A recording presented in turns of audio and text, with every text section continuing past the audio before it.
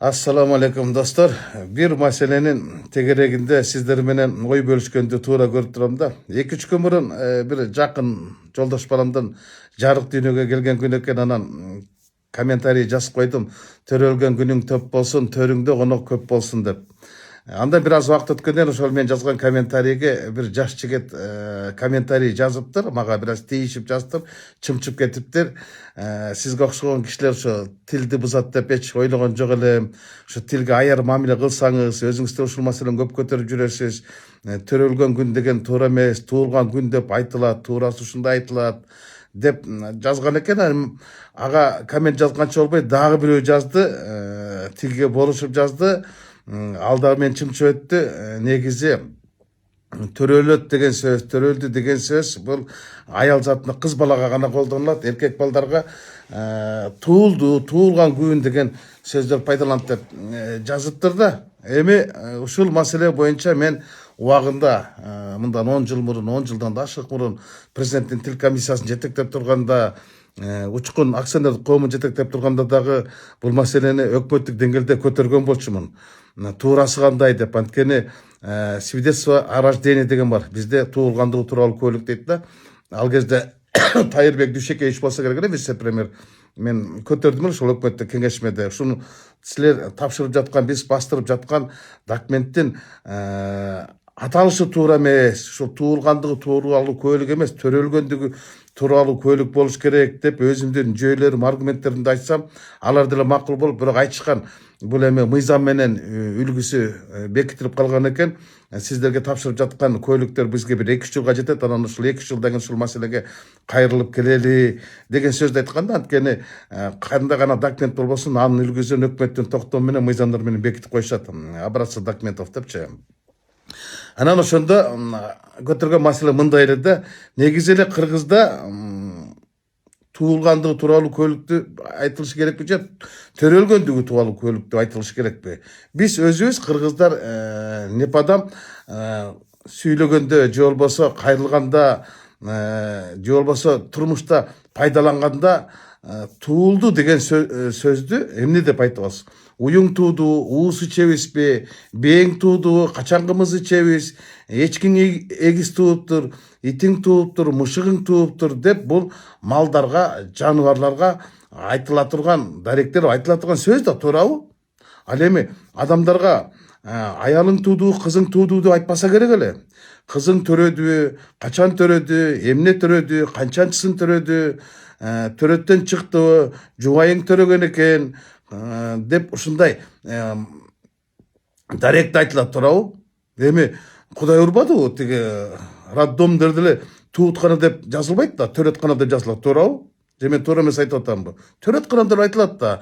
А тургай Манаста деле Манастын төрөлүшү дейт, Семетейдин төрөлүшү, Сейтектин төрөлүшү дейт. О достор, бүгүн менин төрөлгөн күнүм деп ырдап деле жүрүшөт, туурабы? Ушул күнү төрөлгөнмүн, ак бешикке белөнгөнмүн дегенчи. Анан туулду деген сөздүн өзүнүн туура колдонушу бул мал, жаныбарга колдонот. Мен ушул маселени көтөргөн болчумун. Дегеле адам баласы бул жашоого келип кеткенде 2 гана кагаз менен келет, 2 гана кагаз менен кетет. Төрөлгөндө 1 кагаз берет, төрөлгөндүгү тууралуу куәлик берет. Анан өлгөндүгү тууралуу куәлик берет. Болду, ошо адамдын бүтүндөй өмүрү ушул 2 гана кагаздын ортосунда өтөт. Ушуну тууралап коелу, туура эмес жазылып калган туулгандыгы деп. Анан өкмөттүн анкеталарында дагы туулган жылы деп жазылып калат да. Ушул туура эмес. Төрөлгөн жылы деле жазсак туура болот эле. Анткени мамлекеттик тилге мамилени ушу мамлекеттик иш кагаздарына башташыбыз керек деп жүйө келтиргем. Андан бери канча жыл өттү, бирок 2-3 жылда көтөргөн менен деле бул маселе мындай мыйзам деңгээлинде көтөрүлбөй келет да. Эми ушуга чабылып калды. Эми дагы бир нерсени айтып кетейин да, ушу мамлекеттик тилден болгон мамиле жөнүндө. Маселен бизде саламаттык сактоо министрлиги бар, туурабы? Анын орусчасы Министерство здравоохранения Республика Кыргызстанда жүрөт да. Эми ошону сөзмө-сөз которсок, анда туура эмес болуп калат. Маселен, здоровье деген бул денсаулык, хранение деген бул сактоо. А бизде саламаттык сактоо министрлиги деп коет. Эми саламаттык деген сөздү которгондо андай болбойт да. Салам деген сөз бул аман деген сөз, амандашуу деген сөз да, салам деген сөз. Саламаттык деген эсендик, амандык, саламатсызбы, саламатта туруңуз, саламатчылык, саламатта болуңуз, саламатта жүрөсүзбү, саламатсызбы деп бул амандыкты, эсендикти гана туюнта турган, билдире турган сөз да. Туурабы? Эгер биз орус тилинен түздөн түз кыргыз тилине которсок, бул ден соолукту сактоо министрлиги болушу керек да. Туурабы? Анткени министрликтин өзүнүн функциясы же болбосо ишмердиги саламаттык менен гана чектелип калбайт да. Ал деген адамдын ден соолугун алдын алат, аныктайт, дарылайт, калыбына келтирет, көп тармактуу иштерди аткарат да. Маселен ушу Казакстанда деле Министерство здравоохранения Республика Казакстандыкы ден соолук сактоо министрлиги деп жүрөт. Ден соолук, аларда деле селеметсизби деп айтышат, бирок андай кылып которгон эмес да. Ушу кошуна Өзбекстанда деле, өзбектердикинде деле, алардыкы деле саламаттык саклаш министрлиги деп айтылбайт экен. Аларда соолук саклаш вазирлиги деп айтылат экен да. Туура эле которулган деп эсептейм да. Биз ушуну туура пайдалансак да, анткени саламаттык сактоо министрлиги дегендин өзүн которгондо туура эмес болуп калат. Орусчадан кыргызчага которсоң да, кыргызчадан орусчага которсоң дагы туура эмес да. Бул менин пикирим. Сиздер дагы өзүңүздөрдүн оюңуздарды айтат чыгарсыңар. Мен анчалык деле мындай лингвист эксперт эмесмин, бирок менин жеке түшүнүгүм да ушундай да. Андан ары барсак, могу юстиция министрлиги деле туура эмес, мисалы которулган эмес да. Министерство юстиция министрлиги болуп жүрөт да. Марат Кайыпов деген байкебиз ушул министрликке келгенде, дегенде эле бул отурган креслосун эмес, министрликтин атын алмаштырып салган. Адилет министрлиги кылып. Мен ошондо, мисалы кезде журналист элек, эң туура мындай жакшы пикирлер жаздык эле да. Эң туура ушу мамлекеттик тилге мамилени ушул адамдардай кылып башташыбыз керек депчи.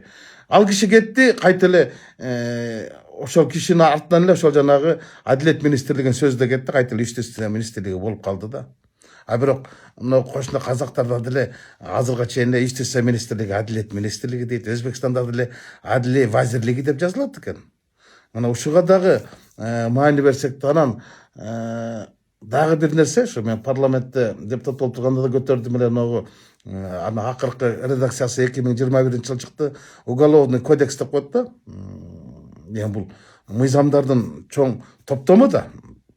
Ошонун өзүн аталыш да туура эмес да. Мен ошону башкы прокурорго ошондо суроо бергем, ютубта жүрсө керек. Уголовный кодексти кыргызчага которуп алдыңар, кылмыш жаза кодекси деп. Кылмыш жаза кодексин кайта которо турган болсо, кылмыш деген преступление, жаза деген наказание. Уголовный деген сөздү таппай калабыз. Ушуну оңдоп алгыла, биринчи китептин сыртын оңдогула, анан кийин ичин оңдогула деп бир айттым эле. Ошол мойдон эле калып атат да. Бул менен мен эмне айткым келди? Улап кетиптирмин, чооп кетиптирмин. Ошо мамлекеттик тилге болгон мамилени биз азыр айыл, кышта көчөлөрдүн аттарын баарын көтөрүп атпайбызбы? Ошол жактан башташыбыз керек да. Мамлекеттик органдардан мамлекеттик тилге мамлекеттик деңгээлде мамиле болбоюнча мамлекеттик тилдин өнүшү, өсүшү өксүк бойдон кала берет да. Анткени биз балыкты куйругунан тазалайбыз, бирок балык башынан жыттанат да, башын кесип алып салабыз. Ошон үчүн тилге болгон мамилени ошол мамлекеттик органдардан, мамлекеттик иш кагаздарынан, мамлекеттин документтеринен башташыбыз керек да. Ошол жактан баштаганыбыз туура болот. Ушуну гана айткым келди. Эми сиздер дагы ой калчап айта турган болсоңуз да керек. Бул менин жеке пикирим, мен эч кимге буну таңуулаганым жок, бирок деги эле ушундай айтылышы керек, ушундай жазылышы керек деген гана пикирде болдум. Рахмат достор.